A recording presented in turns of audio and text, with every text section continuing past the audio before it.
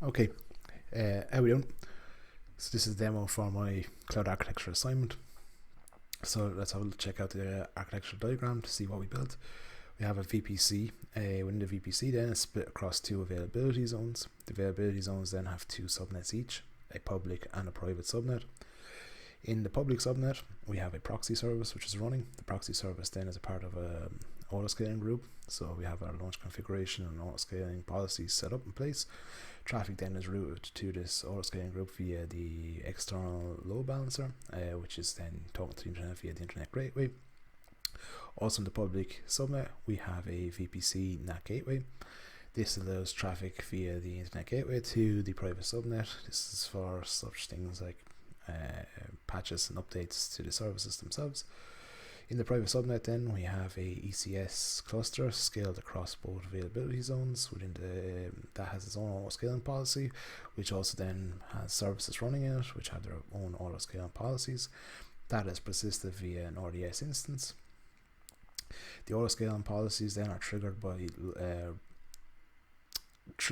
by alarms in CloudWatch. These alarms then also trigger topics in SNS, which send an email to the subscribers. Also implemented then is a static website in S3. We have a user pool in Amazon Cognito, and we have an API gateway set up.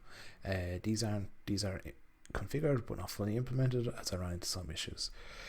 Also, I forgot to mention, traffic is routed to the ECS cluster via an internal load balancer. So let's check out our VPCs first. So to configure VPC, we have our Dino VPC. One thing that's notable is we've a -25 CIDR. The reason for this is that for this type of architecture we don't need thousands of addresses, so I limited it down to as low as I could. I wanted 4 subnets, so we subnetted it to a -27, which gives us on average about 30 available addresses.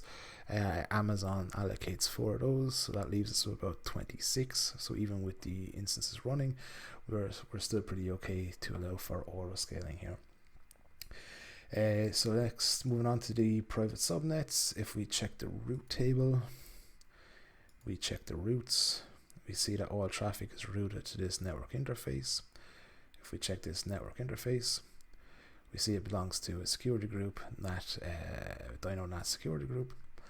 So if we jump in here then and we check the ingress rules, we see it allows HTTP and HTTPS traffic from the CIDR ranges of the private subnets. It also allows SSH from my own. This is my own home address. So this is just purely for debugging issues and stuff and troubleshooting when I was configuring all this. And it also allows ICMP. This is again more for allowing easier troubleshooting so that services can ping each other. If we go back then to the network interface, and we see it's associated with a instance ID. So if we jump to that instance ID, it's an EC2 instance, it's a Dino NAT instance, T2 Nano, and this is running then in one of our public subnets. So let's check the rest of the EC2 instances. So I check the running instances.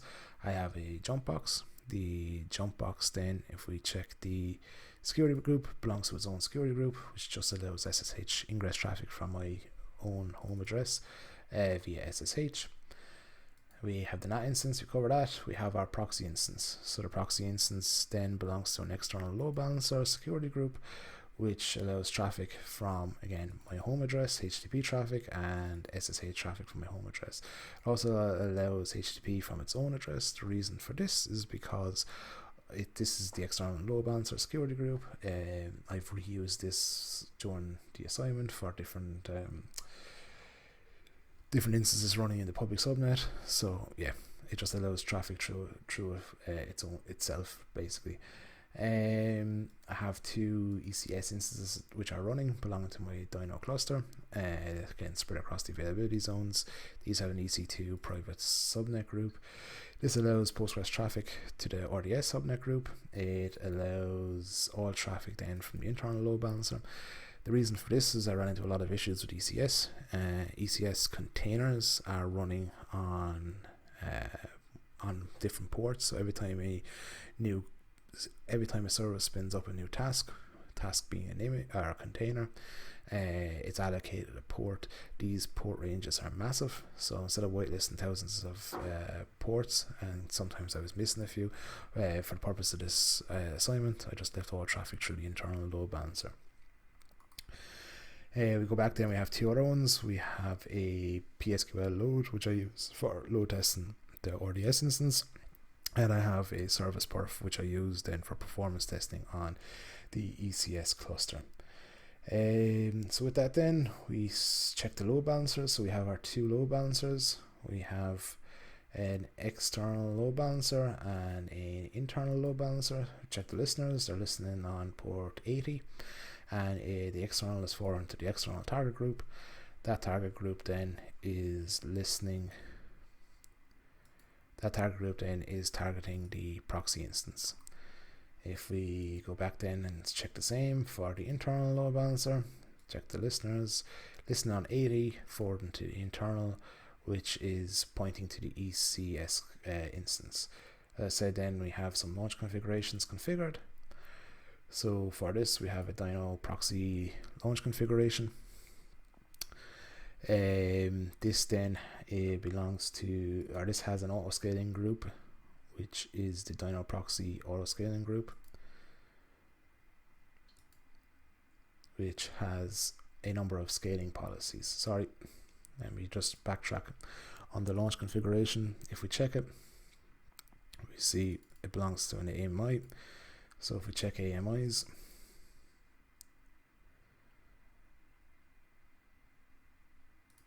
just make sure I have the right one. Yep. So that's the proxy AMI, which essentially is an Amazon Linux 2, and it has Docker installed. So if we go on back then to the launch configurations, go to the Dino proxy one, and we check the user data. So when this launches an instance, it starts Docker, it pulls my proxy image, it then launches the proxy image, and it maps the internal container port of 8080 to port 80 of the instance. So with that then, we go to the auto scaling group. We have our Dino proxy auto scaling group, our automatic scaling. So we have 4 policies. We have a scale in, a scale out. This is based on 5 million bytes over a consecutive 60 seconds. This will add an extra proxy instance. Once it drops under the 5 million bytes, it will remove it. The reason I picked this 5 million bytes is that from manual testing, I could see that there was nearly almost a direct correlation between the number of bytes and the CPU usage of my actual service running in ECS. I also had added the CPU ones. Again, this was, originally thought it would be easier to demonstrate, but in fact it is only a proxy service, so when it's under a heavy load, it's hard to spike the CPU because it's very low compute power. It's just forwarding, and it's just a proxy service. So I think that's everything from EC2. I guess the next thing then to look at is the Elastic Container Service. So yeah, I've set up a Dino cluster. So if we jump into the cluster first, we see we have 2 services. We'll ignore this one for now, we'll return to it. We have a Dino service. The Dino service then, as we can see, belongs to the target group, the internal target group. It's running tasks, so at the moment it's just running a single task, which is task definition, Dino task definition. If we check that, we can see then that it has its own log configuration. So this is pumping its logs to a CloudWatch. And if we check the image, this is my own Quay.io, Roach Dino, the latest image. So it's running the latest image of my Dino service. This has its own auto scaling, so I left the CPU utilization at 50, and the same then it scales out when we go over 50%, and it scales back when we go under 50%. The deployments, the metrics, so we get to see some metrics like our CPU utilization, memory utilization, and whatnot. Next then, let us check, I guess, RDS. So we said this is backed by RDS. We check DB instances. DynoDB. We can see then that it belongs to a subnet group. So if we check the subnet groups, the RDS subnet group consists of subnets in my public subnet in EOS 1A and 1B. So it's distributed across, the subnet group can distribute across both availability zones. The instance itself belongs to its own security group. Here we go. The RDS security group, the ingress rules on this, it only allows Postgres traffic from 5432 from the private instance. So this, any instances that are running in my private subnet, such as my ECS instances. So if we return them back to RDS, for cost saving measures, this is not highly available. It's just, it's half the price as high availability will require 2 instances to be run, and Amazon will disperse these across the 2 availability zones. So for now, we only have a single AZ or a single instance running in 1 AZ. We do have auto scaling set up, which we'll touch on later on. So we covered RDS, EC2, the Elastic Container Service, VPC. So that leaves us with, let's go to CloudTrail. So for this, I created a Dynotrail. With the Dynotrail, then it's just logging. It's logging management events to CloudWatch. So if we go then to CloudWatch,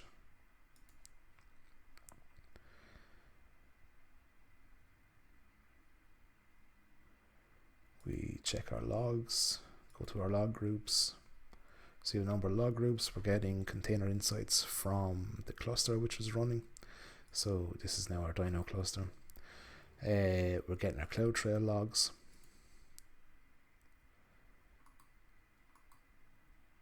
We're getting our Dyno task logs. So as I showed earlier on the ECS instance, that had its own log configuration. So if we go on in, we can see then that we're receiving logs then from the container instances which is running. So for example, we can see that it received in on a get request on dash on the pat dash coming from Dyno logging and the time. We see then that the Dyno list called also down created to make it easier for testing and whatnot, because I have a number of services running across different products. So up a dashboard then, so added a few widgets, created a proxy which has the CPU utilization of the proxy instance as well as the network in traffic, the RDS, how much free storage it has and what type of free memory it has. In the Dyno service, so the ECS instance, the memory utilization, the CPU utilization. Finally then in the Dyno cluster, the actual cluster itself, not just the service, we're receiving how much memory reservation, utilization, CPU reservation and CPU utilization. And we also then have a stream for the logs coming from the Dyno task. So that then, if we check on alarms, we have our alarms which are hooked up then to our scaling policies. And if we look at this one, we can see then that we have a notification set up. So if we check then the simple notification service, go to topics, see we have 2 topics, Dyno proxy over 5 million network in and Dyno service high CPU. So if we check that then, we can see then that my own email address is a subscriber on both these topics. So next thing then I guess is to look at Cognito. So in Cognito then, created a Dyno pool. Again, this wasn't fully implemented. So an example then is if we go to app client settings and then we try and launch our hosted UI, which is pointing to our CloudFront API, we end up with a beautiful error. So again, unfortunately this is something I wasn't fully able to automate. So I mentioned CloudFront. So if we look at CloudFront, I created a new distribution If we look at the settings, yeah, so that was the domain name that we tried it on, and it got failed. This is hosting from a website from S3, so this is pointing to S3. In S3 then we have this Dino app API or app bucket, and in there then we have our website, our index.html, and our bit of JavaScript. Again, unfortunately wasn't fully able to automate it. Also stored in S3 are the CloudTrail logs, so when you enable CloudTrail it will send them to the bucket, and then also stream to the CloudWatch. Finally then, we're nearly there, we have the API gateway. So also then implemented was an API gateway.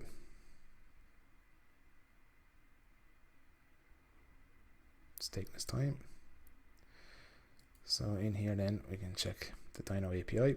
So yeah, you get post, then passing a param which has delete and get. So if we look at get, if we pay attention to this part here, we see get, it's on HTTP, and then it's pointing towards stage variables.dino lb. So if we go into stages,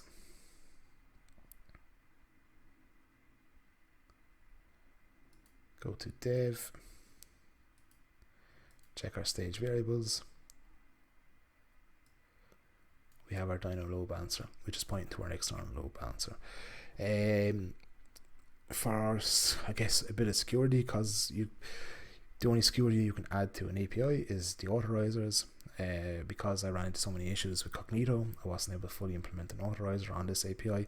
So because of that, then I basically limited the access to this load balancer to my only IP address. So when I'm pinging it via the load balancer, not via the API gateway, just for a bit of added security.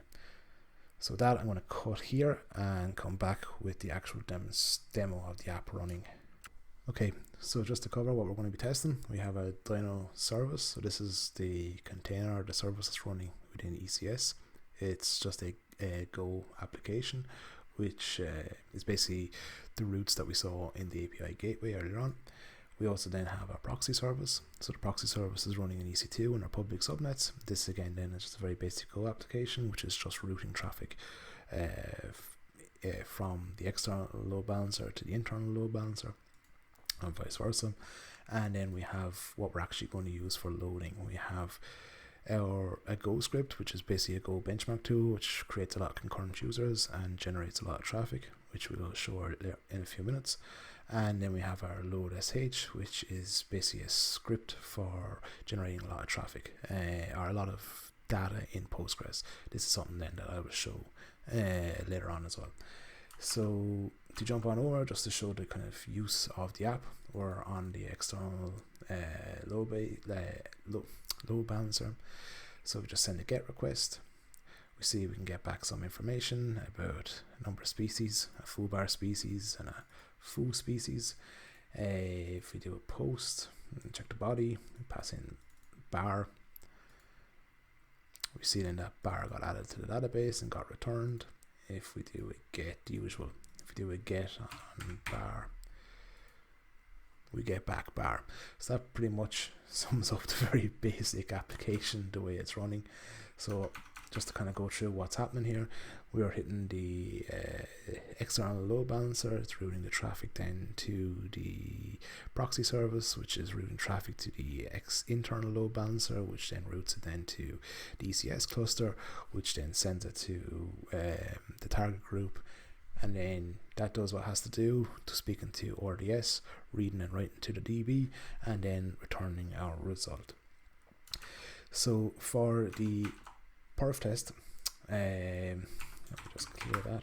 What I'm going to do is going to run the load test. So go run load. We're hitting again then the external load balancer. We're saying give us 50,000 current users and do it over 300 seconds. So give it for 5 minutes.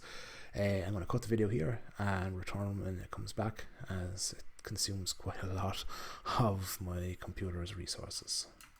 Okay, so the test has run its course. we can see we generated millions and millions of hits. We got through 61,000 successful. We got millions network failed. So this is down to my own network really and my own laptop. We did get back to non-200s, but we did get through an average rate of 200 hits per second. So if we jump back then to CloudWatch, we can see then that the CPU utilization alarm was over 50, it was an alarm. So was Dino Proxy over 5 million bytes, that was also in alarm. So if we have a look at my emails, we can see then, I'll just give it a quick refresh just to make sure it's up to date.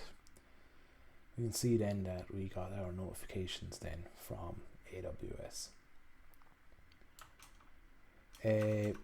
Also then, if we check, hopefully they're still alive. If we go then to EC2, we see now we have 8 running instances, so we can see that the proxy instance is scaled up to 3. And if we then jump to the Elastic Container Service, we can now see we have 4 running tasks across 2 services. So if we check our tasks, we see now we have 4 Dino tasks running. So yeah, which reminds me then of the Prometheus. So locally I have localhost /metrics. Oh, idiot! I forgot the port 9222. You can see then, so I have a Prometheus exporter running locally. When I hit that endpoint, this is scraping metrics then from my EC2 or ECS instance. So we're getting lots of memory stats back. Yeah, so that kind of goes for, I guess, external monitoring, which I set up. So that's pretty much it for the demo. I guess thanks for watching.